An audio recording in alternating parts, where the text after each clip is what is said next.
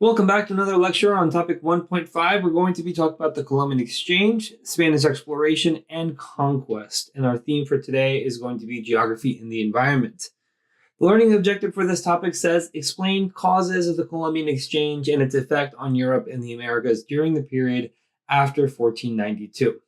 And we're going to start with this key concept. It says the Columbian Exchange brought new crops to Europe from the Americas, stimulating European population growth and new sources of mineral wealth, which facilitated the European shift from feudalism to capitalism. Let's start with the population growth. The crops that Europeans, and the Spanish particularly, found in the New World were corn, squash, beans, potatoes, tomatoes, avocados. All of these foods that are very nutritious and are able to grow plentifully in a small plot of land are now being exported back to Europe, which in turn helps feed Europeans and helps them live longer.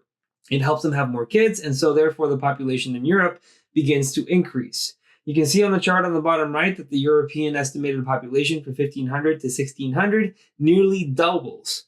The nutritional value of this food cannot be overestimated. As far as the population growth in other parts of the Old World in Africa, the population continued to increase also because of the crops that were being brought over from the New World, and it helped to offset the population that was being lost to enslaved labor. Going on to the second part of this key concept, we're talking about the shift from feudalism to capitalism. We've touched on this before, but the mineral wealth that was found in the form of gold and silver in Mesoamerica or Mexico, where the conquistadors found silver, and in South America around the Incan Empire where they found gold, helped fuel a market economy. This is not just in Spain, but also in other parts of Europe like England. The gold and the silver got turned into coins, and then the coins are in turn able to be used to purchase goods or to be deposited into banks and then given as loans. That's what leads to a new market economy. Well, if the English have not yet started their exploration at this time into the New World, how is it that the English are benefiting from this? Well, by the 1500s, sea dogs, these are essentially pirates sanctioned by the crown, start to raid Spanish ships in the Atlantic and steal some of these Spanish gold and silver coins, taking them back to Britain. The next key concept here is on other things that affected the Columbian Exchange, improvements in maritime technology, and more organized methods for conducting international trade, such as joint stock companies, helped drive changes to the economies in Europe and the Americas. Some of these maritime technologies was the development of the caravel, which was developed by the Portuguese. You can see that the sails that the caravel has are placed in very extreme angles, and the three sails here look like three right triangles, which allow it to sail more directly into the wind without being blown off course.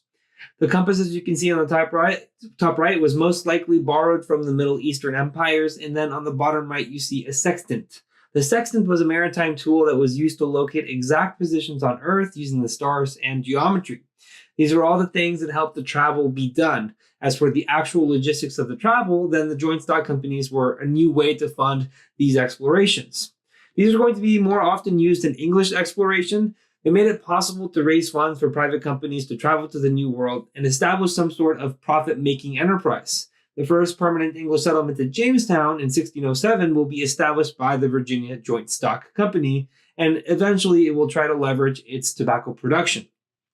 The final key concept says Spanish exploration and conquest of the Americas were accompanied and furthered by widespread deadly epidemics that devastated native populations by the introduction of crops and animals not found in the Americas. We will get to the diseases, but first, let's give you more context. By the mid-1500s, the Spanish had already toppled the two largest empires in the New World. Those are the Aztecs and the Incas. Hernan Cortes on the left here is the one who toppled the Aztecs Empire, and the Francisco Pizarro on the right is the one that toppled the Incas. Cortes had the help of Aztec rivals. The Aztecs had made enemies of surrounding native tribes, and once the Spanish landed in the New World, they were central in Cortes' abilities to defeating the Aztecs. Cortes was able to navigate these cross-cultural interactions through the use of a translator named Malinche. The Aztecs tried to fight back, and on a night remembered as Noche Triste, they drove the Spanish out of Tenochtitlan, dealing the largest amount of casualties of the Spanish. The Spanish then began a siege of the city that lasts over a month, and it ended with the Aztecs finally surrendering. So after the Spanish victory, they end up changing the landscape. Tenochtitlan was mostly destroyed as a result of the siege, and it begins to be rebuilt. But Spanish buildings begin to go up. Most conspicuously, a cathedral that is built using the same stone that made up the main temple of Tenochtitlan. You can still go to Mexico City today and see the cathedral at the center of the city. And besides it, the archaeological remains of the main temple. Exploration and settlement of California and other parts of North America would continue until the 1700s. You'll start to see the start of the mission system that was started by Junipero Serra. He will establish the missions all across the California coast in the 1700s. Crops that were coming to the New World from the Old World were having a negative impact as well.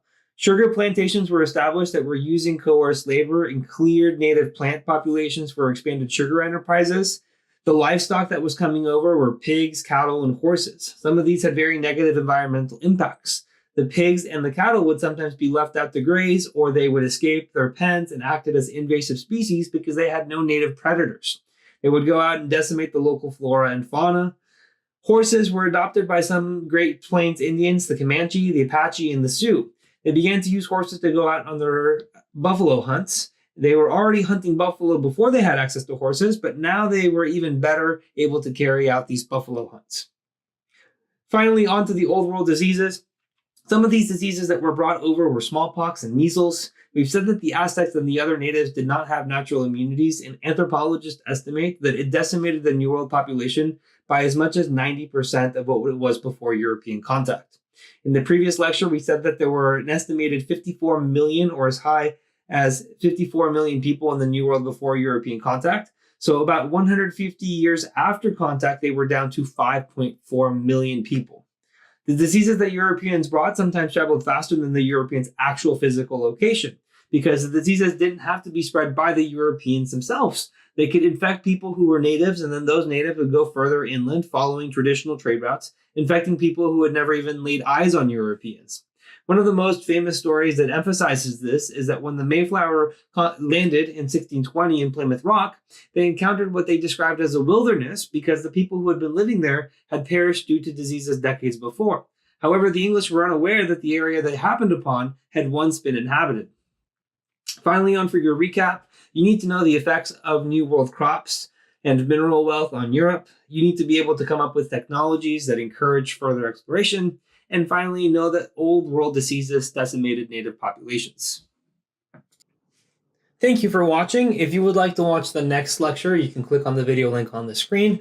And if you're looking for more practice to help you on the AP exam, you can visit apushslides.com. I wish you the very best in all of your studying, and I hope to see you back on the next lecture.